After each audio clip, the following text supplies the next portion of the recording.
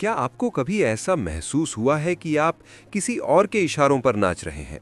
आप कहना तो ना चाहते थे, लेकिन पता नहीं कैसे आपके मुंह से हाँ निकल गया। चाहे वो आपका बॉस हो, जो आपसे एक्स्ट्रा काम करवा लेता है, या वो दोस्त जो आपसे हमेशा अपनी बात मनवा लेता है। अगर आपको लगता है कि लोग आपका फायदा उठाते हैं और आप चाहकर भी खुद को डिफेंड नहीं कर पाते, तो आज की ये वीडियो आपके लिए एक लाइफ चेंजर साबित होने वाली है। नमस्कार दोस्तों, आज हम बात करेंगे निक एंडरसन की मशहूर किताब द आर्ट ऑफ मैनिपुलेशन के बारे में। ये किताब हमें वो सच बताती है जो शायद आपको थोड़ा डरा दे, लेकिन इसे जानना आपके लिए बहुत ज़रूरी है। और सच ये है कि आप दिन भर में कम से कम 10 बार मैनिपुलेट होते हैं। जाने अनजाने में लोग आपके इमोशंस, आपकी अच्छाई और आपकी मासूमियत के साथ खेलते हैं। लेकिन घबराइए मत, ये समरी आपको कमज़ोर बनाने के लिए नहीं, बल्कि इतना मजबूत बनाने के लिए है कि कोई भी आपको टेकन फॉर ग्रांटेड ना ले सके। आगे बढ़ने से पहले मैनिपुलेशन को लेकर एक बहुत बड़ा भ्रम दूर कर लेते हैं। अक्सर हमें लगता है कि मैनिपुलेशन एक बुरी चीज़ है, एक पाप है। लेकिन लेखक निक एंडरसन कहते हैं कि मैनिपुलेशन खुद में ना तो बुरा है और ना ही अच्छा। ये बस एक टूल यानी एक हथियार की तरह है। अब सोचिए, एक चाकू से किसी का मर्डर भी हो सकता है और उसी चाकू से एक डॉक्टर सर्जरी करके किसी की जान भी बचा सकता है। फर्क चाकू में नहीं, उसे चलाने वाले की नीयत में होता है। ठीक इसी तरह अगर आप इस आर्ट को समझ लेते हैं, तो आप ना केवल खुद को दूसरों के बिछाए हुए जाल से बचा पाएंगे, बल्कि अपनी बात को सही तरीके से दुनिया के सामने रख भी पाएंगे। आज की इस समरी में हम मैनिपुलेशन की गहराई में उतरेंगे और वो साइकोलॉजिकल ट्रिक्स सीखेंगे जो दुनिया के सबसे शातिर लोग इस्तेमाल करते हैं। तो अगर आप अपनी लाइफ का कंट्रोल वापस अपने हाथ में लेना चाहते हैं और एक पावरफुल इंसान बनना चाहते हैं, तो इस वीडियो को आखिर तक ज़रूर देखिएगा। और ऐसी ही लाइफ चेंजिंग बुक समरीज के लिए हमारे चैनल द मेटा बुक्स को अभी सब्सक्राइब कर लीजिए, क्योंकि यहाँ हम किताबों के पन्नों से आपके लिए वो ज्ञान निकालते हैं जो स्कूलों में नहीं सिखाया जाता। चलिए शुरू करते हैं मैनिपुलेशन की इस डार्क और पावरफुल जर्नी को।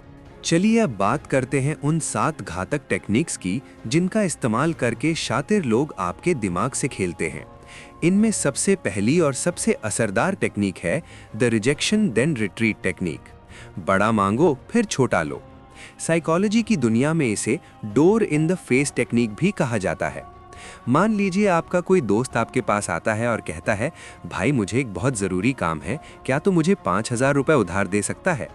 अब 5,000 रुपये एक बड़ी रकम है, तो आप शायद हिचकिचाएंगे और मना कर देंगे। जैसे ही आप मना करते हैं, आपके मन में एक हल्का सा गिल्ट पैदा होता है कि यार दोस्त को मना कर दिया। बस सामने वाला इंसान इसी गिल्ट का इंतजार कर रहा होता है। वो तुरंत पीछे हटता है और कहता है, अच्छा कोई बात नहीं भाई, मैं समझ सकता हूँ। अच्छा चल 5,000 नहीं तो कम से कम 500 रुपये ही दे दे, उतना तो होगा ही तेरे पास। अब यहाँ आपके दिमाग में एक गजब का खेल होता है। आपको लगता है कि सामने वाले ने अपनी डिमांड इतनी कम कर दी, यानी उसने आपके लिए कॉम्प्रोमाइज़ किया है। अब आपको लगता है कि अगर आप इस छोटी सी बात को भी मना कर देंगे तो आप बहुत बुरे इंसान लगेंगे। नतीजा, आप उसे तुरंत 500 रुपये दे देते हैं, जबकि सच तो ये है कि उसे शुरू से 500 रुपये ही चाहिए थे। 5,000 तो सिर्फ एक जाल था ताकि आप 500 के लिए हाँ बोल सकें। ये टेक्निक इतनी पावरफुल इसीलिए है क्योंकि ये रेसिप्रोसिटी यानी लेन देन के नियम पर काम करती है। जब कोई अपनी बड़ी डिमांड छोड़कर छोटी डिमांड पर आता है, तो हमें लगता है कि उसने हमारे ऊपर एक एहसान किया है और बदले में हमें भी उसकी बात मानकर वो एहसान चुकाना चाहिए। ऑफिस हो या घर, ये ट्रिक हर जगह इस्तेमाल होती है। जैसे कोई दुकानदार पहले आपको 2,000 का सामान बताता है और फिर डिस्काउंट देकर उसे 800 में बेच देता है। आपको लगता है आपने बहुत बड़ी डील जीत ली, लेकिन हकीकत में वो सामान 500 का भी नहीं था। या फिर आपका बॉस जो पहले आपसे कहता है कि पूरा वीकेंड ऑफिस आना पड़ेगा, और जब आप परेशान हो जाते हैं तो वो कहता है चलो ठीक है, सिर्फ शनिवार को आ जाना। आप खुशी खुशी शनिवार को काम करने पहुंच जाते हैं, जबकि बॉस का प्लान ही यही था कि आपसे शनिवार को काम करवाना है। इस टेक्निक की सबसे बड़ी गहराई ये है कि ये आपके ना कहने की ताकत को खत्म कर देती है। आप खुद को एक मददगार इंसान साबित करने के चक्कर में सामने वाले के जाल में फंस जाते हैं। इसलिए अगली बार जब कोई अपनी बड़ी मांग छोड़कर अचानक छोटी मांग पर आ जाए, तो 1 सेकंड के लिए रुकिए और खुद से पूछिए, क्या मुझे वाकई ये काम करना है या मैं सिर्फ गिल्ट की वजह से हाँ बोल रहा हूँ। अब आते हैं दूसरी सबसे शातिर टेक्निक पर, जिसे कहते हैं द लो बॉल टेक्निक। इसे आसान शब्दों में कहें तो पहले हाँ बुलवाओ, फिर अपनी शर्तें बताओ। ये तकनीक इतनी खतरनाक इसलिए है क्योंकि ये इंसान की एक बहुत बड़ी कमजोरी का फायदा उठाती है, और वो कमजोरी है कमिटमेंट। क्या आपके साथ कभी ऐसा हुआ है कि किसी ने आपको एक बहुत ही बढ़िया सा ऑफर दिया, आपने खुशी खुशी हाँ कह दिया, लेकिन काम शुरू होते ही आपको पता चला कि इसमें तो बहुत सारी मुश्किलें और छिपे हुए खर्चे हैं, लेकिन तब तक आप फंस चुके होते हैं क्योंकि आप अपनी जुबान दे चुके होते हैं। इसी को लो बॉलिंग कहते हैं। मान लीजिए आपके एक दोस्त का फोन आता है और वो बड़े जोश में कहता है, भाई आज शाम को पार्टी करते हैं, मेरी तरफ से शानदार ट्रीट होगी, चलेगा ना? अब पार्टी और फ्री खाने का नाम सुनकर आप तुरंत बोल देते हैं, हाँ भाई बिल्कुल चलेंगे। अब जैसे ही आपने हाँ बोला, आप मानसिक रूप से उस प्लान के लिए कमिट हो गए। जैसे ही शाम होती है, वो दोस्त कहता है, भाई सुन, मेरी गाड़ी खराब हो गई है, तो तू अपनी गाड़ी लेकर आ जाना और उसे ड्राइव भी तू ही कर लेना, और हाँ, बिल का आधा हिस्सा तू दे देना, बाकी आधा मैं अगली बार दे दूंगा। अब आप अंदर ही अंदर चिढ़ रहे होते हैं। आपका मन मना करने का होता है, लेकिन आप मना नहीं कर पाते। क्यों? क्योंकि आप पहले ही हाँ बोल चुके हैं, और हमारा दिमाग हमें ये सिग्नल देता है कि अगर अब मना किया तो लोग सोचेंगे कि मैं अपनी बात का पक्का नहीं हूँ। शातिर लोग जानते हैं कि एक बार जब इंसान किसी छोटी सी चीज के लिए हाँ कह देता है, तो उसकी सेल्फ इमेज उस फैसले से जुड़ जाती है। फिर चाहे बाद में शर्तें कितनी भी मुश्किल क्यों ना हो जाएं, वो इंसान अपना फैसला बदलना पसंद नहीं करता, क्योंकि उसे पलटू कहलाने से डर लगता है। यही चीज सेल्समैन भी करते हैं। शोरूम में आपको एक कार दिखाई जाएगी जिसकी कीमत बहुत कम बताई जाएगी। जब आप उसे खरीदने का मन बना लेते हैं और कागजी कार्यवाही शुरू होती है, तब सेल्समैन कहता है, सर इसमें इंश्योरेंस का एक्स्ट्रा लगेगा, एक्सेसरीज के अलग पैसे होंगे और ये टैक्स भी जुड़ेंगे। तब तक आप उस कार को अपना मान चुके होते हैं, इसलिए आप वो फालतू पैसे भी देने को तैयार हो जाते हैं। इस टेक्निक से बचने का सिर्फ एक ही तरीका है। जैसे ही आपको लगे कि शर्तें बदल रही हैं, तुरंत रुकिए, खुद से पूछिए, क्या मुझे ये सारी शर्तें पहले पता होती तो क्या मैं तब भी हाँ कहता? अगर जवाब ना है तो बिना डरे अपनी बात बदल दीजिए। याद रखिए, अपनी जुबान का पक्का होना अच्छी बात है, लेकिन किसी चालाक इंसान के जाल में फंसकर अपना नुकसान करना बेवकूफ़ी है। सामने वाला अगर शर्तें बदल सकता है तो आपको भी अपना फैसला बदलने का पूरा हक है। अब बात करते हैं तीसरी सबसे पावरफुल और इमोशनल तकनीक की, जिसे कहते हैं genuine scare to instant relief, यानी डराओ और फिर बचाओ। ये टेक्निक हमारे दिमाग के सर्वाइवल मोड का फायदा उठाती है। जब भी हम डरे हुए होते हैं, हमारा दिमाग सोचना समझना बंद कर देता है, और जैसे ही कोई हमें उस डर से बाहर निकालता है, हम आंख बंद करके उस पर भरोसा करने लगते हैं। इसे एक बहुत ही मशहूर उदाहरण से समझते हैं, जिसे गुड कॉप बैड कॉप कहा जाता है।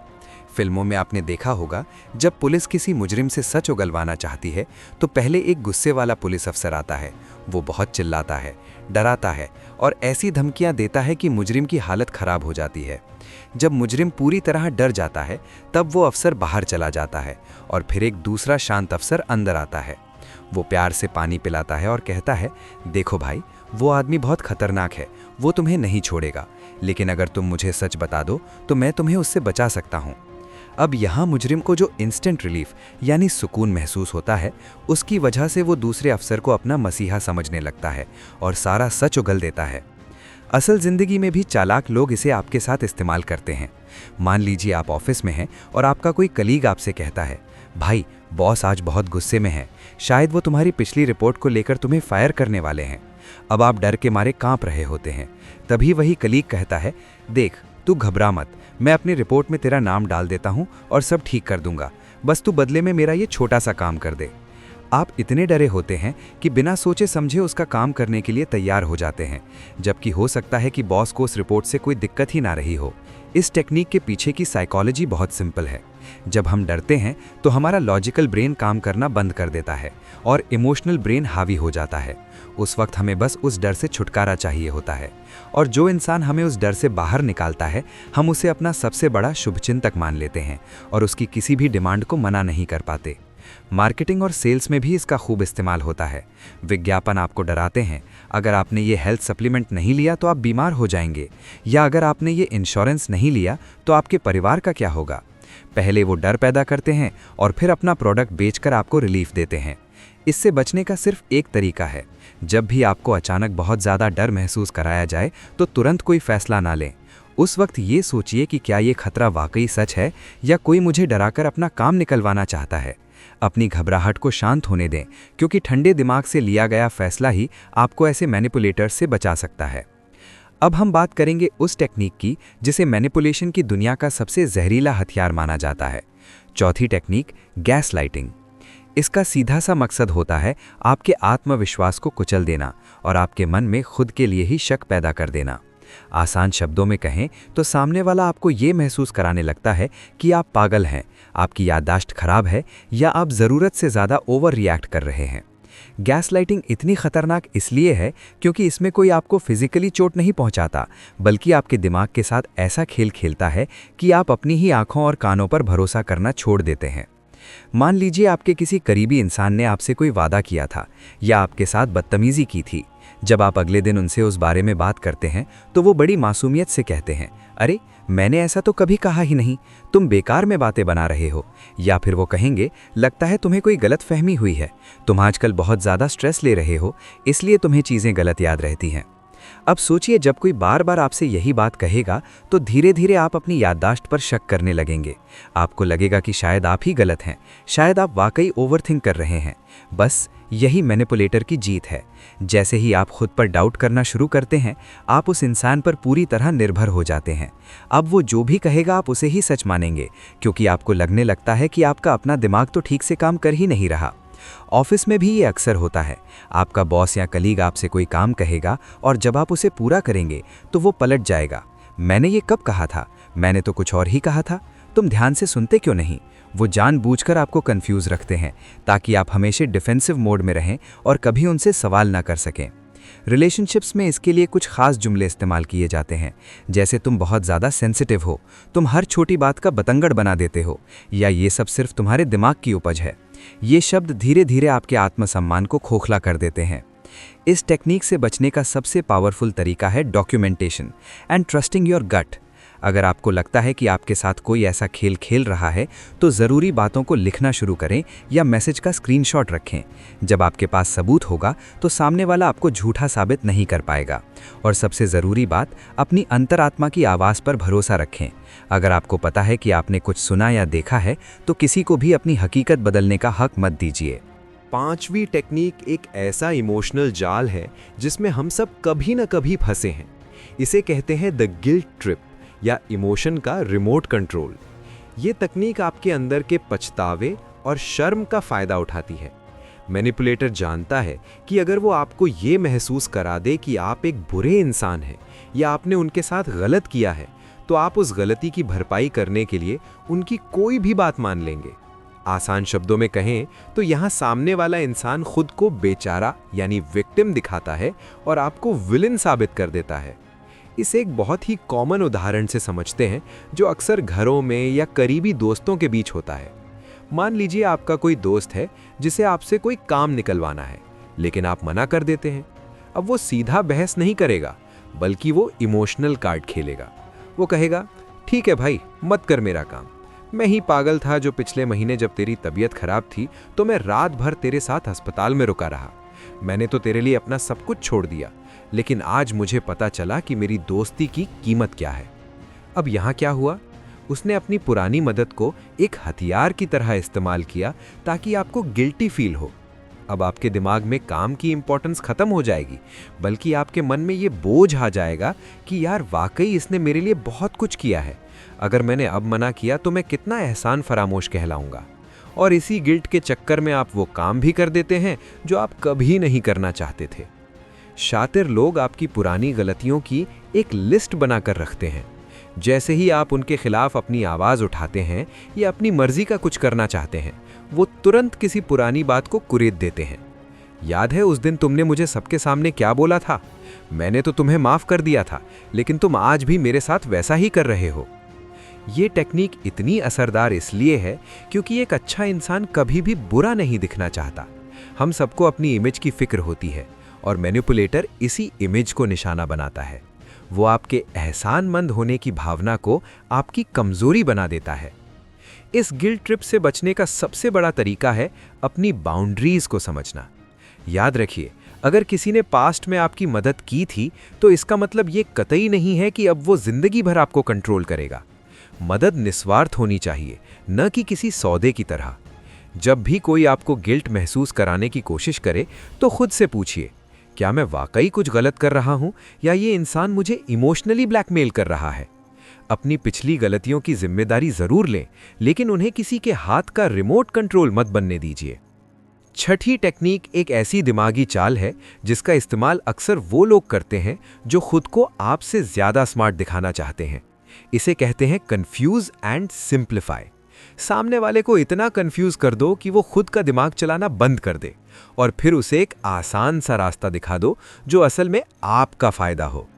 क्या आपके साथ कभी ऐसा हुआ है कि आप बैंक गए हों या किसी इंश्योरेंस एजेंट से मिल रहे हों और वो आपके सामने ऐसी भारी भरकम टेक्निकल बातें शुरू कर दे जो आपके सिर के ऊपर से निकल जाएं? वो डेटा, ग्राफ्स और ऐसे मुश्किल शब्दों का इस्तेमाल करेगा कि आपका सिर चकराने लगेगा। जब आप पूरी तरह थक जाते हैं और आपको लगता है कि यार ये सब तो मेरी समझ के बाहर है, ठीक उसी पल मैनिपुलेटर अपना हुक्म का इक्का चलता है। वो बड़े प्यार से कहेगा, सर आप बेकार में परेशान हो रहे हैं, ये सब छोड़िए, आप बस ये वाला प्लान ले लीजिए, इसमें आपको ये 3 फायदे मिलेंगे और बाकी सब मैं देख लूँगा। अब क्योंकि आपका दिमाग थक चुका है, आप गहराई से सोचना छोड़ देते हैं और कहते हैं, ठीक है भाई, तू जो सही लगे वो कर दे, बस मुझे इस झंझट से निकाल। और यहीं आप फंस जाते हैं। आपने उस इंसान को अपना फैसला लेने का हक दे दिया जो शायद आपके फायदे की नहीं बल्कि अपने कमीशन की सोच रहा था। इसे इंफॉर्मेशन ओवरलोड भी कहते हैं। जब हमारे दिमाग को बहुत ज्यादा और पेचीदा जानकारी मिलती है तो वो शॉर्टकट ढूंढने लगता है। शातिर लोग इसी शॉर्टकट को सिंपल सॉल्यूशन बनाकर पेश करते हैं। इसे एक ऑफिस के एग्जाम्पल से समझते हैं। मान लीजिए आपका कोई कलीग चाहता है कि आप उसकी फाइल चेक कर दें। वो आपके पास आकर इतनी सारी कॉन्फिडेंशियल बातें, डेडलाइंस और रूल्स के बारे में एक साथ बताएगा कि आप उलझ जाएंगे। फिर वो कहेगा, देख तू बस यहाँ साइन कर दे, बाकी सब लीगल फॉर्मेलिटीज मैंने देख ली हैं। आप बिना फाइल पढ़े साइन कर देते हैं क्योंकि आप उस बातचीत से पीछा छुड़ाना चाहते हैं। इस टेक्निक से बचने का सबसे बढ़िया तरीका है ब्रेक द फ्लो।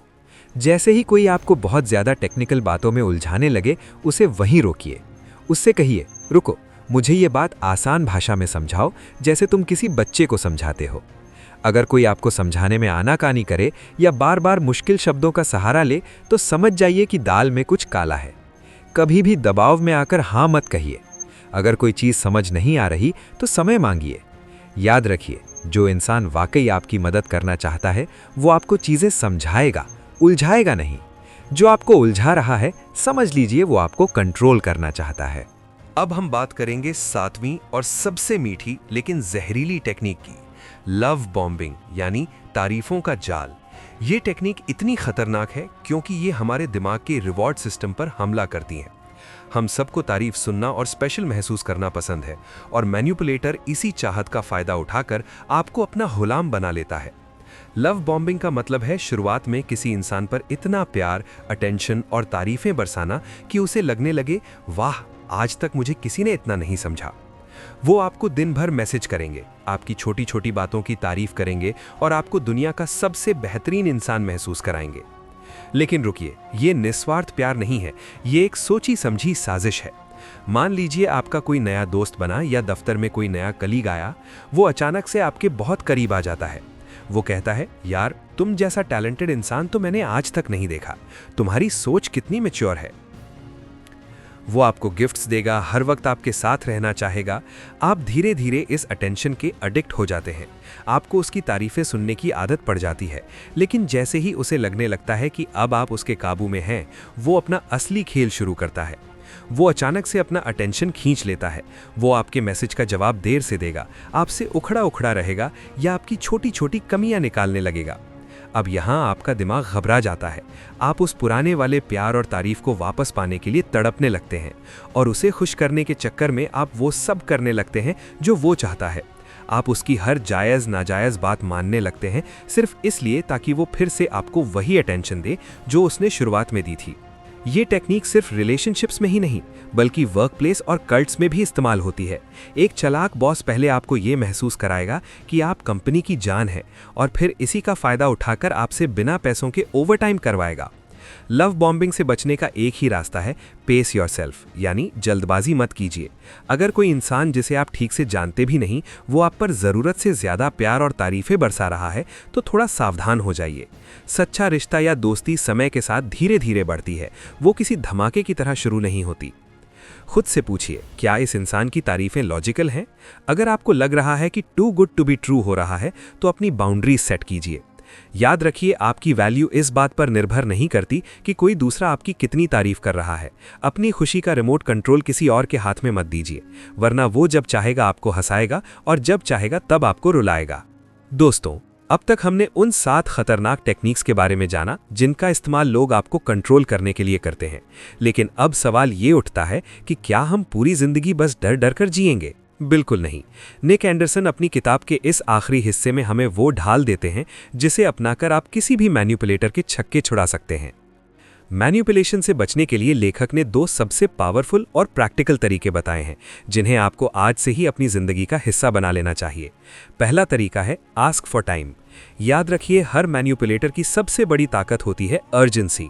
वो चाहते हैं कि आप अभी के अभी फैसला लें, क्योंकि जब इंसान जल्दबाजी में होता है तो उसका लॉजिकल दिमाग सोचना बंद कर देता है और वो सिर्फ भावनाओं में बहकर रिएक्ट करता है। चाहे वो कोई सेल्समैन हो जो कह रहा हो कि ये ऑफर बस 5 मिनट के लिए है, या आपका कोई दोस्त जो इमोशनल प्रेशर डालकर आपसे हाँ बुलवाना चाहता हो, ऐसे में आपको बस एक जादुई लाइन बोलनी है। मैं इस बारे में थोड़ा सोच कर बताऊंगा। जैसे ही आप समय मांगते हैं, आप उस मैनिपुलेटर के बुने हुए जाल से तुरंत बाहर निकल आते हैं। समय मांगना आपको वो स्पेस देता है जहां आप ठंडे दिमाग से सोच सकते हैं कि क्या ये वाकई मेरी ज़रूरत है या सामने वाला मुझ पर दबाव बना रहा है। कभी भी इमोशनल प्रेशर में आकर हाँ मत बोलिए। अगर वो इंसान वाकई आपका भला चाहता है तो वो आपको सोचने का समय ज़रूर देगा, और अगर वो गुस्सा हो रहा है तो समझ जाइए कि वो आपको मैनिपुलेट करने की कोशिश कर रहा था। दूसरा तरीका है अंडरस्टैंडिंग पैटर्न्स। हम अक्सर लोगों को बेनिफिट ऑफ डाउट देते हैं। हमें लगता है कि शायद आज उसका मूड खराब होगा या गलती से उसने ऐसा कह दिया होगा। लेकिन अगर कोई इंसान बार बार आपको नीचा दिखाता है, बार बार आपको पुरानी गलतियां याद दिलाकर गिल्टी फील कराता है, या बात बात पर आपको ही गलत साबित करता है, तो रुक जाइए। ये कोई इत्तेफाक नहीं है, ये एक पैटर्न है। अक्सर प्यार या दोस्ती के नाम पर लोग हमारा फायदा उठाते हैं। आपको समझना होगा कि अगर कोई आपसे प्यार करता है तो वो आपको छोटा महसूस नहीं कराएगा। अगर कोई इंसान आपकी लाइफ में बार बार गिल्ट ट्रिप या गैस लाइटिंग का इस्तेमाल कर रहा है तो वो आपका शुभचिंतक नहीं, एक मैनिपुलेटर है। एक बार जब आप इस पैटर्न को पहचान लेते हैं तो उनकी बातों का असर आप पर होना बंद हो जाता है। आप समझ जाते हैं कि गलती आपकी नहीं बल्कि उनके नीयत की है। दोस्तों, द आर्ट ऑफ मैनिपुलेशन हमें ये नहीं सिखाती कि हम दूसरों का बुरा करें, बल्कि ये हमें इस काबिल बनाती है कि कोई और हमारा इस्तेमाल न कर सके। आप कोई कठपुतली नहीं है जिसे दुनिया अपनी उंगलियों पर नचाए। अपनी लाइफ का रिमोट कंट्रोल अपने हाथ में रखिए। अगर आज की इस वीडियो से आपको अपनी ताकत का एहसास हुआ है और आपको लगा है कि ये जानकारी आपकी लाइफ बदल सकती है, तो इस वीडियो को एक लाइक ज़रूर दीजिएगा। आपका एक लाइक हमें बताता है कि हमें ऐसी ही और भी पावरफुल नॉलेज आपके लिए लाते रहना है। इस वीडियो को अपने उन दोस्तों या भाई बहनों के साथ ज़रूर शेयर करें जो थोड़े सीधे हैं और जिन्हें अक्सर लोग अपनी बातों में फंसा लेते हैं। उनकी मदद कीजिए ताकि वो भी मानसिक रूप से मजबूत बन सके। और हाँ, अगर आप किताबों के समंदर से ऐसे ही बेशकीमती मोती रोज़ निकालना चाहते हैं तो हमारे चैनल द मेटा बुक्स को अभी सब्सक्राइब कर लीजिए। यहाँ हम आपकी लाइफ को बेहतर बनाने वाले सीक्रेट शेयर करते हैं। अगली वीडियो आप किस किताब पर चाहते हैं हमें कमेंट्स में ज़रूर बताइए। तब तक के लिए जागरूक रहें, सुरक्षित रहें और खुद को इतना मजबूत बनाएं कि कोई आपको टेकन फॉर ग्रांटेड ना ले सके। जय हिंद।